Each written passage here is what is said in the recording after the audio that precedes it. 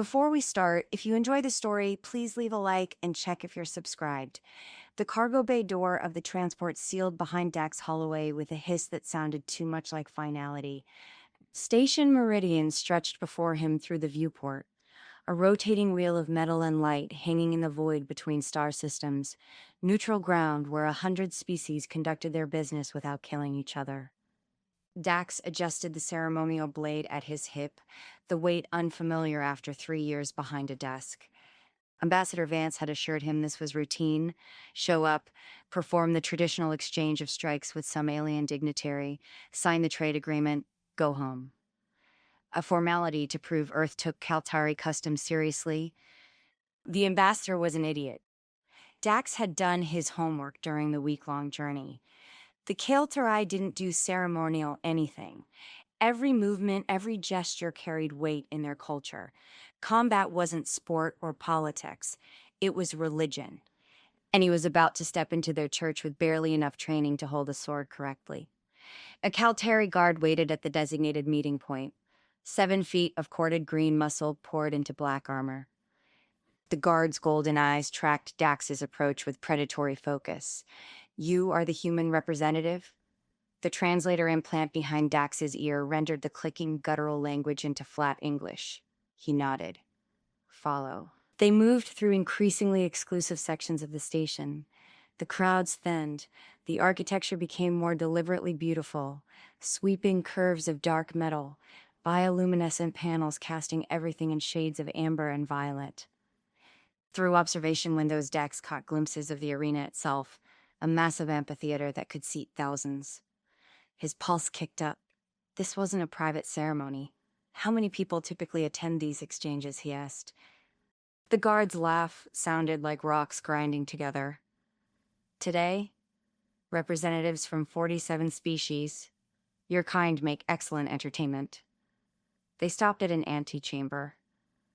Through the archway, Dax could see the arena floor, a circle of black stone 50 meters across, surrounded by rising tiers of seating already half filled with spectators. "You have 10 minutes to prepare. When the bell sounds, you enter. Try not to die too quickly. It disappoints the crowds." Dax stepped into the antechamber alone. His ceremonial blade felt like a toy in his hands. The weight was wrong, the balance unfamiliar.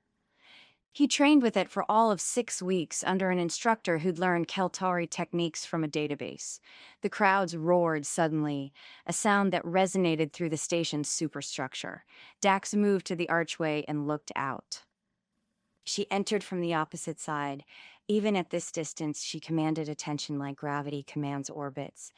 Green skin caught the amber light, making her seem to glow from within. Black hair fell past her shoulders, partially braided in patterns he didn't recognize. She wore minimal armor, just enough to be decent, designed to showcase rather than protect. Ritual scars traced across her arms and shoulders, each one a story written in scar tissue.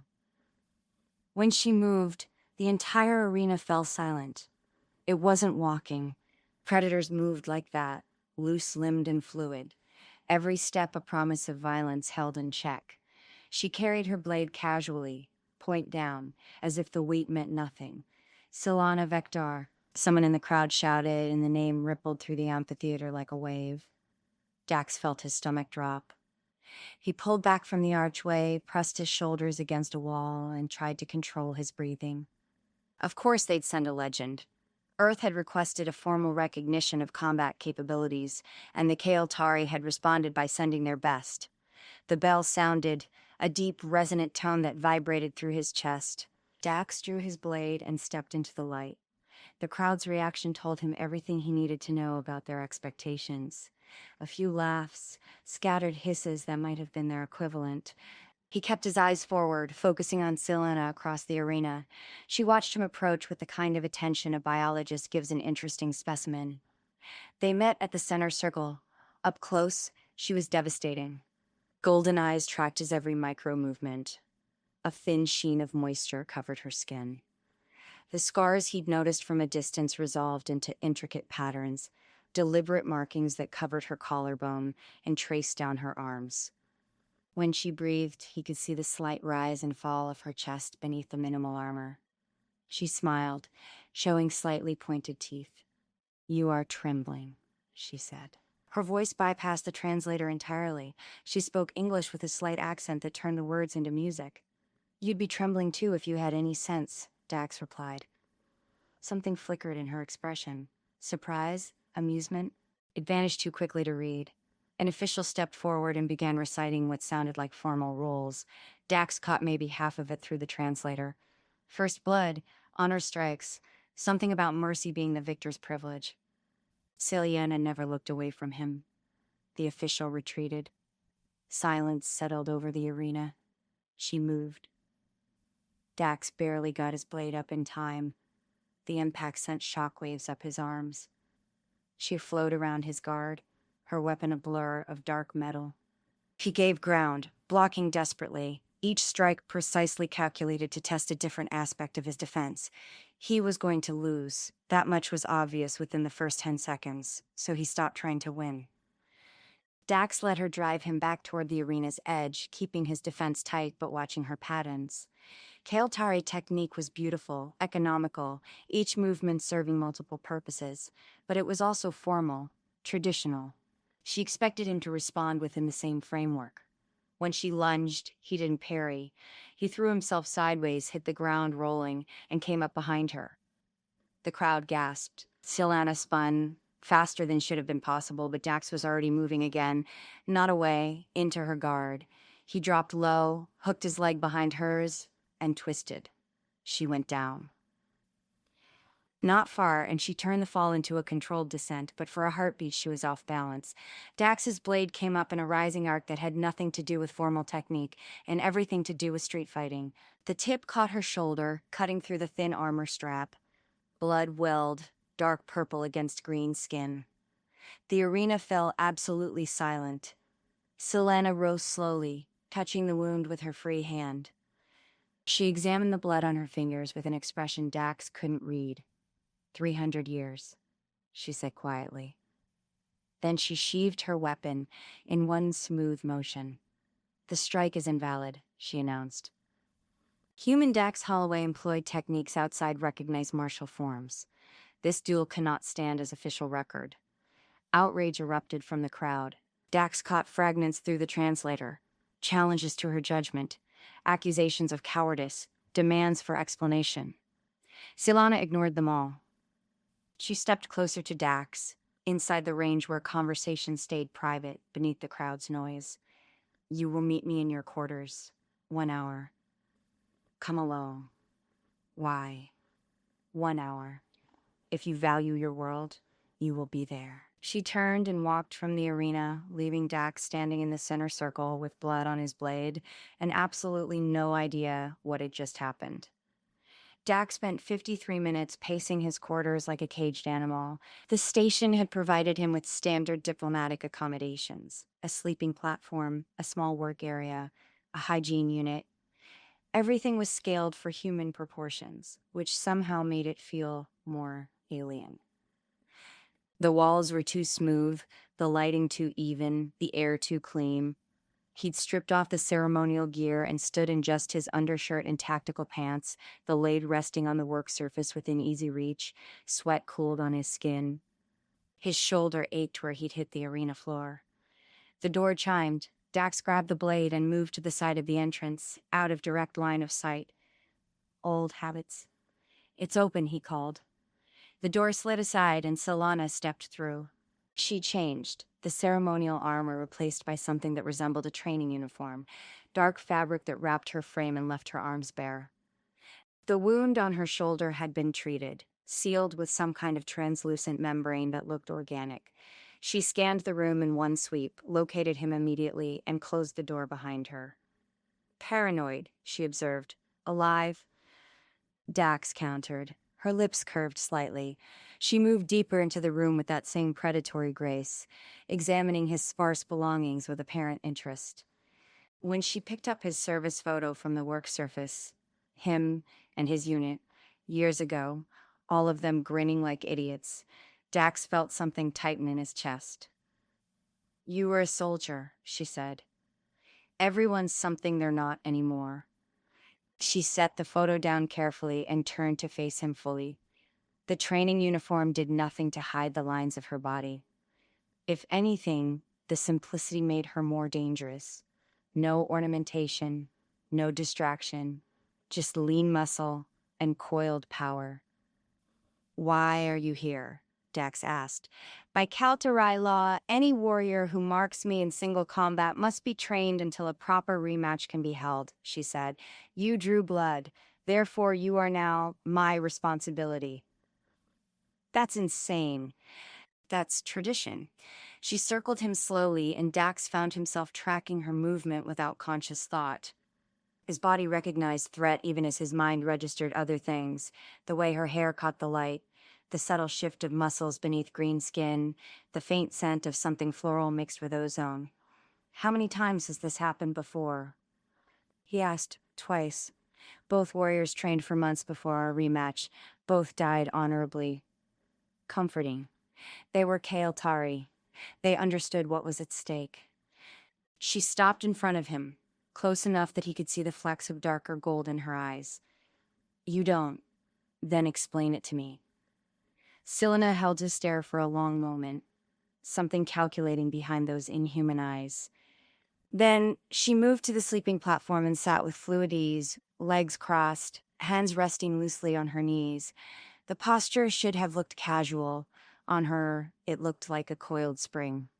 "For my people, combat is sacred," she said. "It's how we prove worth, settle disputes, demonstrate capability. Every movement has meaning. Every strike is a conversation. When you fight someone, you're seeing into their soul." Sounds exhausting. It's honest. She tilted her head. "What I saw in you today was unexpected. You have no formal training, no real technique. You fight like an animal backed into a corner. Desperate, creative, willing to abandon every rule to survive." "You say that like it's a bad thing." "I say it like it's interesting." Her fingers drummed once against her thigh. "In 300 years, I've fought warriors from 63 species, masters who spent lifetimes perfecting their craft. Not one of them ever thought to simply tackle me." Dax couldn't help it. He laughed. The sound came out rougher than intended. "Where I come from, there's no such thing as a fair fight. There's only winning and dying." "And you've done both?" The question landed harder than any of her strikes in the arena. Dax looked away, focusing on the neutral wall. "Something like that." Silence stretched between them. When Dax finally looked back, Solana was studying him with new intensity. "I have 1 week to assess your capabilities," she said. "We'll train every day. I need to understand how humans fight, how you think, what makes you dangerous." "Why do you need to understand?" "Because my people are deciding whether your species is worth the trouble of diplomacy or whether we should simply take what we want from your worlds." The words dropped into the room like a grenade. Dax felt ice slide down his spine. "You're threatening invasion. I'm stating facts." Solana rose in one smooth motion. "Earth sits on deposits of Varantium, a rare mineral that powers our ships. Your ambassadors think they're negotiating trade terms. My superior sent me to determine if humans would fight back effectively enough to make conquest costly. And if I refuse to train with you, then I report that humans are cowards who rely on tricks instead of skill. The invasion begins within the month." She moved closer, eliminating the space between them until Dax could feel the heat radiating from her skin. "If you train with me, if you show me that today wasn't luck, that your species has genuine tactical value, then perhaps I report something different." Dax's hand tightened on the blade he'd forgotten he was holding. "You're blackmailing me into being your training dummy. I'm giving you a chance to save your world." Her eyes dropped to the weapon in his hand, then back to his face. "Though if you'd rather try to kill me now and take your chances, I respect the impulse." The challenge hung between them like smoke. Dax could feel his pulse in his throat, could feel the weight of every human life resting on whatever he said next. He dropped the blade onto the work surface with a clatter. "When do we start?" Something shifted in Solana's expression. Approval, maybe or satisfaction. She reached out and ran one finger along the sealed wound on her shoulder. Tomorrow. Dawn cycle. There's a private training facility in Section 7. Come prepared to bleed. She turned toward the door, then paused. And Dax, don't try anything clever. If you're going to surprise me again, I want it to be honest. Then she was gone, leaving him alone with the scent of flowers and ozone and the sick certainty that he'd just agreed to something far more dangerous than a simple duel. The training facility in Section 7 was bare metal and harsh lighting, 20 meters of scarred walls that had seen violence before. Dax arrived early, claiming what little advantage he could. Selena entered precisely at dawn cycle, wearing minimal training gear that left her midsection exposed. The ritual scars across her torso created patterns that threw the eye. "Show me your stance," she said. Dax shifted into position. She circled once, then shoved his shoulder without warning. He stumbled. "Your balance is terrible." Again, she gestured for him to attack. He lunged. She used his momentum to send him sprawling. Again, he got up, attacked, fell. They went at it for an hour. Every attempt ended with Dax on the mat, until his body was one continuous ache. Finally, she called a halt. "You're thinking in straight lines," she said. "Human military training is linear. We fight like water, finding the path of least resistance. Then teach me." She pulled 2 training blades from her equipment bag and tossed one to him. "Defend yourself." She came at him fast. Dax blocked the first strike, then the second, but by the third he was scrambling. His blade went flying. Her weapon stopped at his throat. "Better," she said. 12 seconds longer than yesterday. Doesn't feel like progress. "Your problem is you're trying to match me move for move." She handed back his blade. "Show me what makes humans dangerous." "The thing that let you mark me." Dax wiped sweat from his face. What had worked before was abandoning everything formal. "Attack me like you want to kill me," he said. Her eyes brightened. She exploded into motion.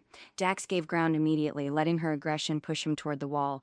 At the last second, he dropped and rolled between her legs. Came up behind her and drove his shoulder into her lower back. She twisted, but he'd already moved. Grabbed her wrist, used her own grip as leverage, and wrenched sideways. Either she let go or dislocated her elbow. She let go. Dax caught the falling blade. For one heartbeat, he had her disarmed. Then she laughed. "There," she said. "That's what I wanted to see. You let me do that. I gave you an opening. You took it." She reclaimed the blade. "Most warriors would have tried to strike while I was vulnerable. You neutralized the threat instead." They continued for hours. Slowly, Dax started reading her micro-movements, the shift of weight before a strike. And she was reading him right back. When she finally called a halt, they were both soaked in sweat. She tossed him water and settled against the wall. "You adapt," she said. "Most species fight the same way every time. Humans reinvent themselves mid-battle. We'd had practice fighting each other. I've studied your history." She looked at him sidelong. "You've barely left your solar system and already fought dozens of major wars. Created weapons capable of destroying your world. That's not something to admire. It's honest." She drank, then met his eyes. "My people unified 3,000 years ago. We've forgotten how to fight ourselves. Sometimes I wonder if that's made us weaker." Dax studied her profile, the proud line of her nose, the pointed ears, scars catching the light. "Is that why you're really here?" he asked. "Or are you looking for something else?" She turned to face him fully. "I've fought champions from every major species. Not one ever made me feel uncertain. Excited." Her hand touched the sealed wound on her shoulder. 300 years of perfect victories. "Do you know how boring that becomes?" She shifted closer. The scent of her sweat and something floral made his pulse accelerate. 4 days from now, I submit my report," she said quietly. 4 days to decide if your species lives or dies. The more time I spend with you, the less certain I am." "About what?" Her eyes dropped to his mouth. "That this is dangerous. That I should stop. That I won't. He leaned in. The kiss started careful, tentative. Her lips were soft, warm. She tasted sweet. Then she made a sound low in her throat, and everything ignited. Her hand fisted in his shirt, pulling him closer. His fingers found bare skin at her waist, marveling at the heat. The kiss deepened, turned hungry. Her teeth caught his lower lip, sharp points applying just enough pressure to make him gasp. She pulled back, breathing hard, eyes molten gold. "This is a terrible idea," she said. "Probably. I could kill you without thinking. You could try." She laughed breathlessly and stood, putting distance between them. "Tomorrow. Same time." "Solana, don't." She held up a hand. "We have 4 days. 4 days for you to prove humanity is worth saving. That's all this can be." But the way she looked at him suggested otherwise. She gathered her equipment and paused at the door. "For what it's worth, I hope you succeed." Then she was gone, leaving Dax alone with his racing pulse and the knowledge that he was in deeper than any combat had ever taken him. He touched his lip where she'd bitten it, felt the sting, and smiled despite everything. 4 days to save the world. Day 5 began the same way. Dax arrived early. Solana entered precisely on time. But the air between them had changed. Every movement felt weighted with what they weren't saying. "You're distracted," she said, disarming him for the 3rd time in as many minutes. "So are you." She didn't deny it. Instead, she lowered her blade. "We need to talk about your demonstration." Dax retrieved his weapon. "What kind of demonstration?" "Something that shows human capability beyond individual combat." She began pacing. "I can report that you're an adequate fighter. That won't be enough. I need to show them why humanity would make conquering Earth costly." "You want me to prove we're dangerous. I want you to prove you're adaptable." She stopped and faced him. "Every species we've encountered fights the same way their ancestors did. You keep surprising me because you don't care about tradition. You care about survival." Dax moved closer. "What did you have in mind? Combat scenario? Multiple opponents, shifting objectives, limited resources?" Her eyes gleamed. "Show me how humans operate when everything goes wrong. That's our default state." She pulled up a holographic display, projecting a tactical map between them. Decommissioned section. 2 levels down. Combat drones as hostiles. Survive 20 minutes, neutralize as many as possible. She collapsed the display. "I'll be observing remotely. No assistance, no planned strategy. Just you adapting to chaos." "When?" 2 hours. She gathered her equipment. "This matters. What I see today determines my report." The decommissioned section smelled like rust and stale air. Emergency lighting cast everything in amber and shadow. Dax moved through the entrance corridor, every sense alert. His calm crackled. "Scenario begins in 30 seconds, Solana's voice said.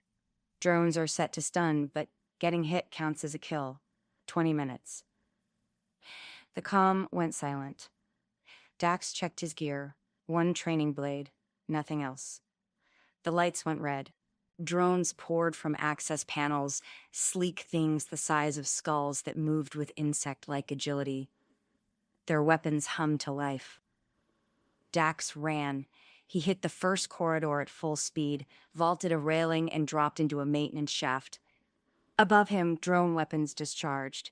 He caught a ladder and slid down 2 levels. More drones waited. Dax threw his blade at the nearest, grabbed broken conduit from the floor, and swung it like a club. Sparks erupted. Disabled units crashed into their companions. He kept moving. "Interesting choice," Solana's voice said. "Most warriors would stand and fight." "Most warriors are idiots," Dax panted. He ducked into a cargo bay. Crates stacked to the ceiling, multiple exits, terrible sightlines. Dax climbed. From the top level, he could see the drone's search pattern, methodical, efficient, predictable. He waited until 3 grouped near center, then kicked a crate down. It crashed, crushing 2 drones and scattering the rest. Dax jumped after it, grabbed debris, and swung through the air. "You're not fighting them," Solana said. "You're using the environment." Weapons are whatever's handy. He reclaimed his blade from the debris. 6 drones remained, forming a perimeter. Too many for direct confrontation. Dax ran. The drones pursued. One caught up. He spun and threw his blade. The drone exploded. No weapon now. 5 drones remaining. He sprinted deeper, burst into a chamber filled with environmental equipment. Pipes, valves, venting systems. Dax grabbed a pipe wrench and smashed open a coolant line. White vapor erupted, flooding the chamber. The drone's sensors went haywire. He used the cover to circle behind them, grabbed one mid-flight, slammed it into another, used the wrench to disable a third. 2 remained. They spread out to flank him. Dax backed toward the wall, calculating. The first drone fired. Dax dropped flat. The stun bolt hit the second drone instead. 1 left. It came low and fast.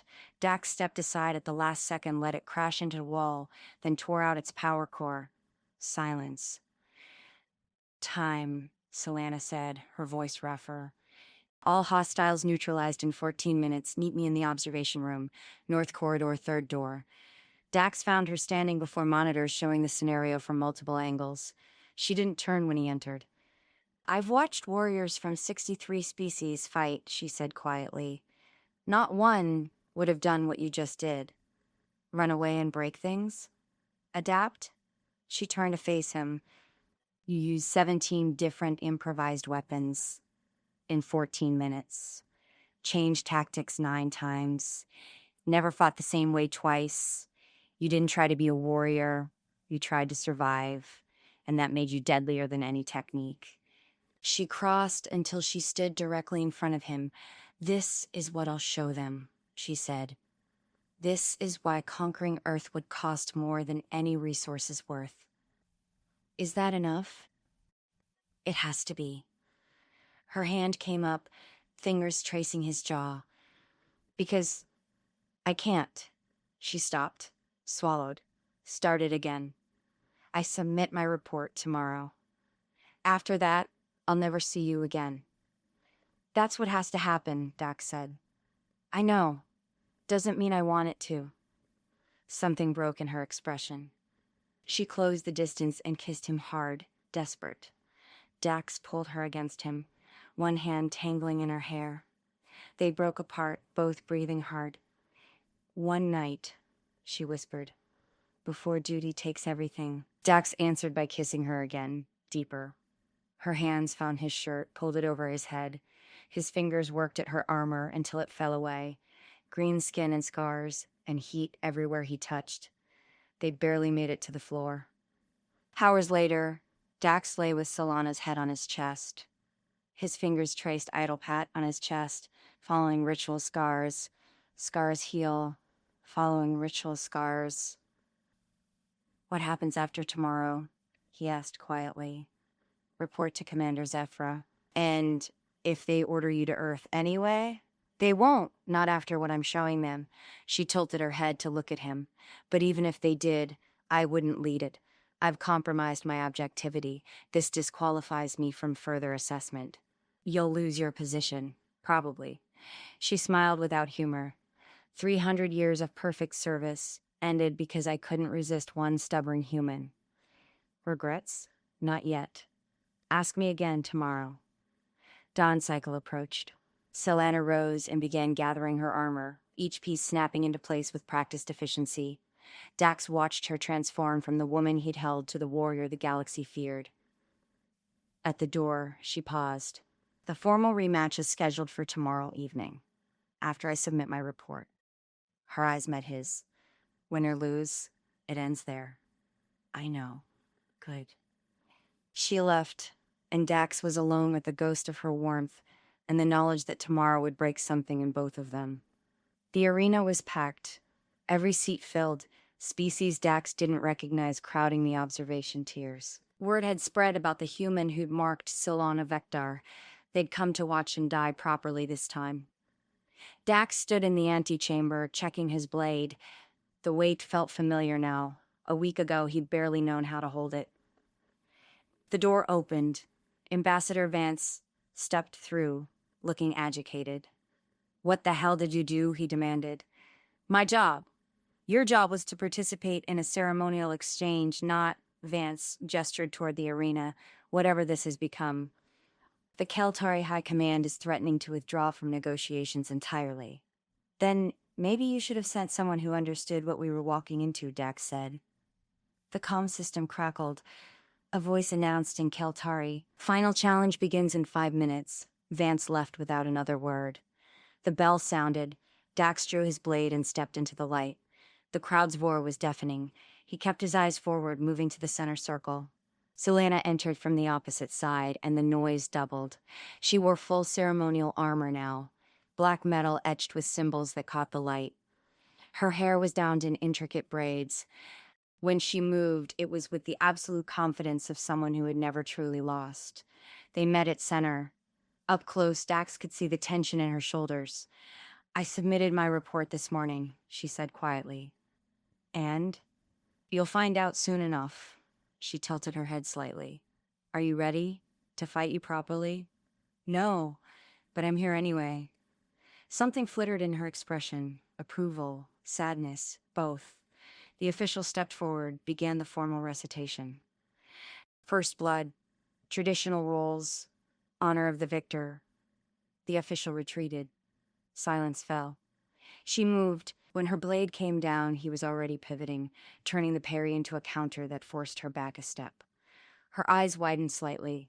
They began to circle, trading strikes that rang through the arena. Dax gave ground when needed, pressed forward when he saw openings. The crowd's noise faded to background. There was only the dance, blade meeting blade, muscle and reflex, and the knowledge of a week spent learning each other. She was still faster, still stronger, still technically superior. But he knew her now. When she lunged high, he went low. She anticipated it, twisted mid-motion, and her braid came around in an arc that would have opened his throat. Dax threw himself backward. The edge whispered past his skin. He came up, breathing hard. She pressed the advantage, driving him across the arena floor. Dax blocked desperately, each impact jarring his arms. His heel hit the arena's edge. Nowhere left to retreat. Solana's next strike came from an impossible angle. Dax didn't try to block it. Instead, he dropped his blade and caught her wrist with both hands, used her momentum to pull her off balance. His other hand found the pressure point at her elbow. She'd shown him that in training. Her fingers spasmed. The blade fell. For a heartbeat, they were locked together, frozen. Then she smiled. Her free hand came up fast, caught his throat, and drove him backward over the arena's edge. They went down together. She ended up on top, one hand at his throat, the other pinning his wrist. "Yield," she said. Dax could have fought it. Could have used the dirty tactics she'd never quite adapted to. Instead, he looked into her golden eyes and saw the plea hidden behind the command. "I yield," he said. The arena erupted. Silana released him and stood, raising her hand in victory. The crowd's approval washed over them. She offered him her hand. Dax took it, let her pull him to his feet. They stood facing each other, hands still clasped. "Why?" she asked quietly. "Because winning wasn't the point." Her fingers tightened on his. The official approached. Solana released Dax's hand and turned to address the crowd. She spoke in her own language, the translator struggling to keep up. Medical dominant, demonstrated adaptability unprecedented in known species, tactical flexibility suggests high cost for military engagement, recommend reclassification from conquest target to potential alliance. Earth was safe. The invasion was canceled. Humanity had proven itself worthy of negotiation. He'd won without winning. Silana finished and turned back to Dax. "Walk with me," she said. They left the arena together. She led him through corridors deeper into the station's restricted sections until they reached an observation deck looking out over the void. She stopped at the V-port. "Commander Zethra accepted my report," she said. "Earth is officially classified as unsuitable for military action. The High Command has opened formal alliance negotiations." "That's good. I've been reassigned. Training command on the Kael'tari homeworld." She glanced at him. "As far from active assessment duties as they could send me, because of me, because I compromised my objectivity." She turned to face him fully. Because I let personal feelings interfere with military judgment. Did you serve their interests? She was quiet for a moment. I don't know anymore. Maybe avoiding a costly war is the right choice. Her hand came up, touched his cheek. Or maybe I just couldn't bear the thought of you dying for real. Dax covered her hand with his. What happens now? You go back to Earth. I go to the homeworld. We probably never see each other again. She smiled, but it didn't reach her eyes. Clean ending. No complications. That's what you want? That's what has to happen. She pulled her hand away. I'm Kael'thari. You're human. We're from different worlds in every way that matters. This was always temporary. Doesn't feel temporary. I know. Her voice cracked. But wanting something doesn't make it possible. She stepped closer. One more thing before you go, she said. She kissed him, slow and deep, pouring everything they couldn't say into the contact. Dax pulled her against him, memorizing the feel of her, the taste, the way she fit in his arms despite being from a different species entirely. When they broke apart, both had tears tracking down their faces, his clear, hers faintly luminescent. Don't forget me, she whispered. Not possible. She pulled away, straightened her armor with shaking hands. My transport leaves in an hour. Yours leaves tomorrow morning. She turned toward the door, paused. For what it's worth, you were the best opponent I ever faced. Not because you were the strongest or the fastest. Because you made me feel something I'd forgotten existed. What's that? Hope that there's more to life than perfect victories. And she walked away, and Dax stood alone at the V-port, feeling like he'd won and lost everything that mattered in the space of a single week.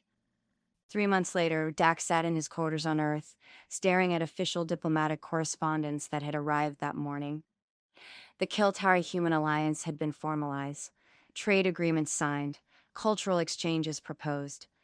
And buried in the bureaucratic language, a single line: Kael'thari Training Command requests Human Liaison Officer for Junt Tactical Development Program. Assignment duration, 2 years renewable. Candidates with direct experience in cultural exchange preferred. Dax read it 3 times. Then he started packing. Some victories were worth fighting for properly.